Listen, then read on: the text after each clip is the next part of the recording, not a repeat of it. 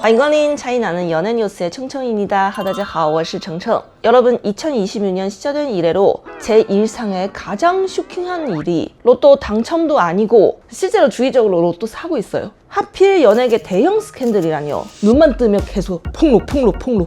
솔직히 말해서 연예계 가십은요, 오후 3시에 맛있는 커피 같은 존재? 도파민? 뭐 이런 거 아니겠어요? 시차 전에 짚고 넘어갈 한 가지, 이번 연사에서 다룬 모든 폭로와 소문은 어디 가지나 카더라입니다. 이 점 감안하고 봐주세요. 1월 23일 배우 이이즈가 라이브 방송에서 폭탄 발언을 합니다. 나 아는 부자 언니가 있는데 호텔에서 양양과 데이트했대라는 식의 이야기였죠. 他说他见过他，然后去那个 hotel 见过他，然后说有点什么，但是我打死不信。 거기서 끝이 아니에요. 연예계 스타들은 다 연애 경험이 많다. 娱乐圈里面所有人都谈过，所有人，没有人是和尚，没有人是尼姑，包括女明星。 그런데 예쁘고 잘생긴 스타가 연애 안 하는 게 더 이상하지 않아요? 30대 넘어서 연애 한 번도 안 해봤어요 하면 소름 돋아. 이이즈는 2010년에 묘매한과 1년 동안 걸그룹 활동 이후 드라마 몇 편에 잠깐 출연했던 무명 연예인급 물어줘 여러분. 저도 몰라요 이 사람 누군지. 갑자기 나와서 예쁘게 생겼어요. 다만 대중에게 알려진 계기는 두 번의 스캔들이었죠. 빅관 탑과의 잠자리 메이트, 중국 아이돌 그룹 유나이 리원항과 심야 촬영 데이트 폭차. 하지만 이이즈의 발언에 뒤따른 증거가 지금까지 단 한 개도 공개되지 않았습니다. 폭로 당일 양양 측은 즉각 부인했고 증거도 없었던 이 스캔들은 아주 빠르게 증발되었습니다. 아무나 나와서 폭로는 되나 진짜. 자, 다음 훨씬 드라마틱합니다. 바이샨샨의 오레이 폭로 사건. 1월 18일 밤 웨이보 계정 바이샨샨A에서 두 개의 글을 연달아 올립니다. 올해 침대 사진 1만 연에 팝니다. 이 한 줄로 바로 실시간 검색어가 타올랐습니다. 동시에 오레이와 연인이었다는 것을 암시하는 듯한 글을 올립니다. 둘이 같이 쇼핑하러 가서 같이 사진 찍혔지만 올해는 인정 안 함.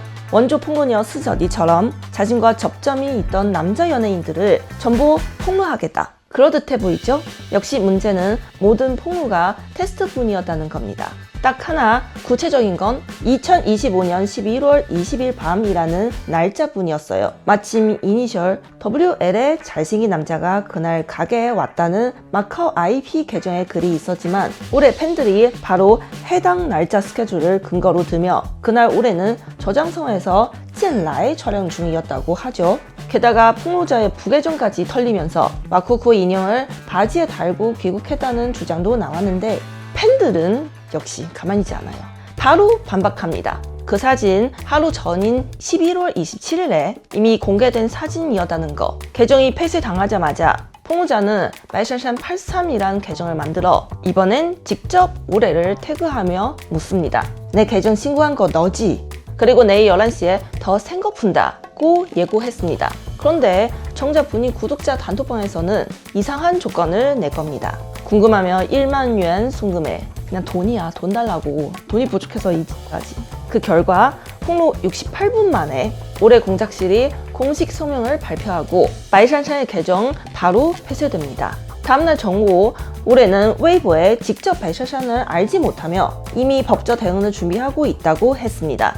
폭로자는 급하게 계정을 해킹당했다고 해명하지만 웨이보 측은 바로 비정상적인 로그인 시도 없었음 이라고 공식 발표했습니다. 그리고 2시간 뒤 올해 측은 사건 접수증 공개. 밤 11시 반 마이샨샨은 또 다른 계정으로 사과문을 올립니다. 조회수 때문에 올해 이름 언급했다. 하루 넘게 실검을 달궜던 스캔들은 이렇게 허무하게 끝났습니다. 이 스캔들을 본 네티즌들의 한 줄 요약. 이게 바로 뒤가 구린 게 없는 사람의 대응 속도다. 자, 이제부터 수위가 확 상승합니다. 배우 장우기의 전남편 웬바웬의 전처 이해하시죠? 아나운서 거시아첸이 실명으로 장유치 대리모 의혹을 제기합니다.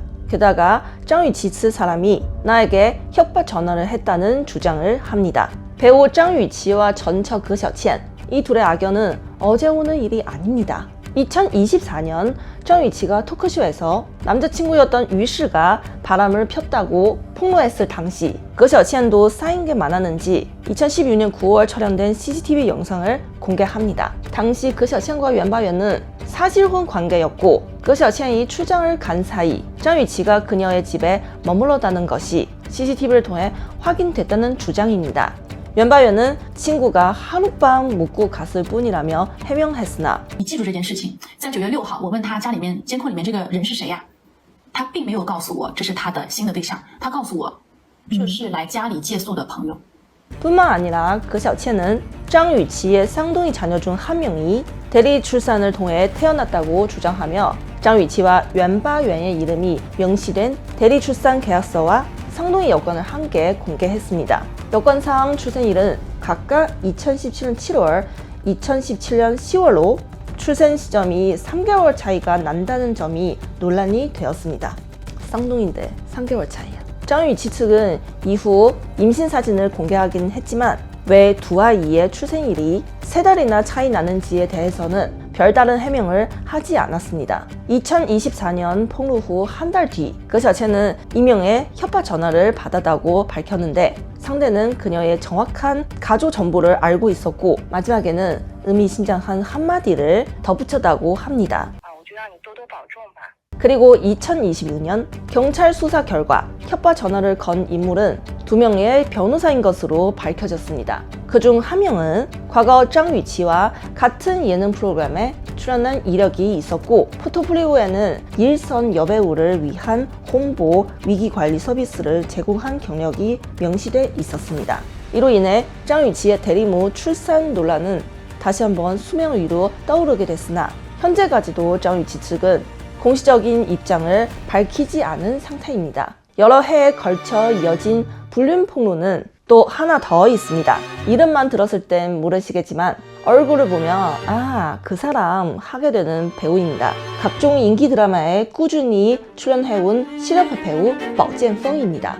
1월 14일 배우 황회이가 웨이보를 통해 뻐젠펑이 20년 전 사실혼 상태에서 외도를 했다고 폭로했습니다. 그녀는 함께 찍은 사진, 결혼증명서, 상세한 타임라인까지 모두 공개했습니다. 그렇다면 왜 지금 와서 폭로를 했을까요? 황회이는 지난해 틱톡 계정을 개설한 이후 계속해서 뻐젠펑의 현 아내에게 악플 테러를 당해왔다고 주장했습니다. 결국 이를 해명하기 위해 라이브 방송을 켰고 그 과정에서 과거사를 공개하게 됐다는 겁니다. 뻐젠펑 측의 대응은 두 갈래로 나뉘었습니다. 먼저 소속사 측은 공식 성명을 통해 의혹을 전면 부인하며 상대가 명예훼손을 했다고 밝혔고 동시에 뻐젠펑 본인도 직접 웨이보에 해명글을 올립니다. 다만 이 해명글이 무려 8번이나 수정되면서 그의 멘탈이 많이 흔들렸었다는 인상을 주기도 했습니다. 무엇보다 뻐젠펑은 당장 공개를 앞둔 작품이 있는 상황이었기 때문이죠. 현재까지 양측이 정면으로 추가 공방을 벌이진 않은 상황이며 드라마 방송된 이후에 두 사람의 동태를 지켜봐야 할 것 같습니다. 이쯤 되면 익숙해질 법한 이름, 이른바 출라 전문 슈품 배우 허젠치, 하건기입니다. 지난해 3월 바람 논란으로 한 차례 시끄러웠었는데 올해 1월 25일 전 여자친구로부터 마약 관련 의혹을 제기받았습니다. 여성 측의 주장에 따르면 두 사람은 2021년 동거 당시 하건기는 여러 차례 마약을 흡입하다 적발됐고 因涉毒被警方带走调查，完成尿检、血检、毛发检测。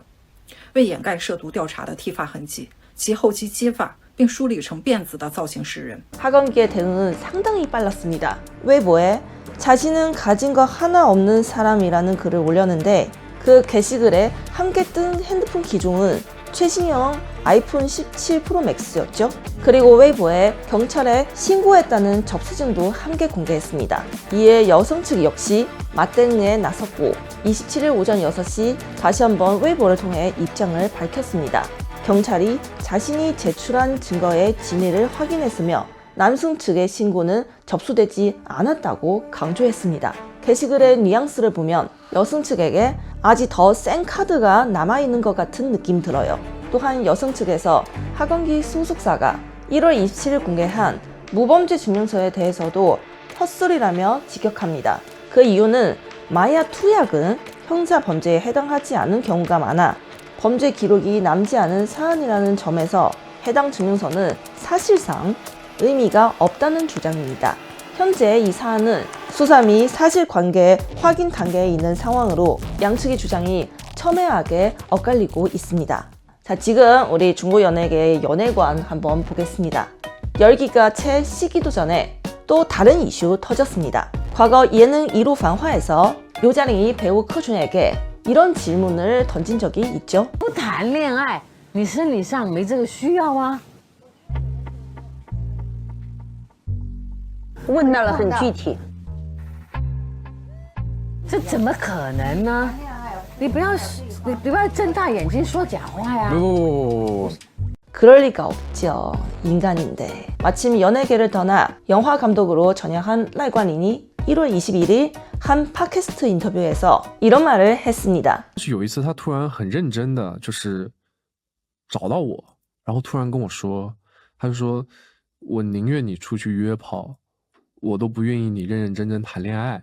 누가 한 말인지 직접적으로 밝히지 않았지만요. 솔직히 말해서 연예인 매니저들이 실제로 이런 생각을 하는 경우가 꽤 있을 것 같다는 합리적 의심이 듭니다. 며칠 전 구리나자의 전 매니저가 이 문제를 이야기했는데요. 对你的事业反而是一种保护，对不对？放在当时的语境当中，是一个很明智的、专业的说法，就是真的管不了的。你既然这么喜欢找别人，既然这么喜欢谈恋爱，你就尽量的不要固定关系，反而就不会有惹一身骚。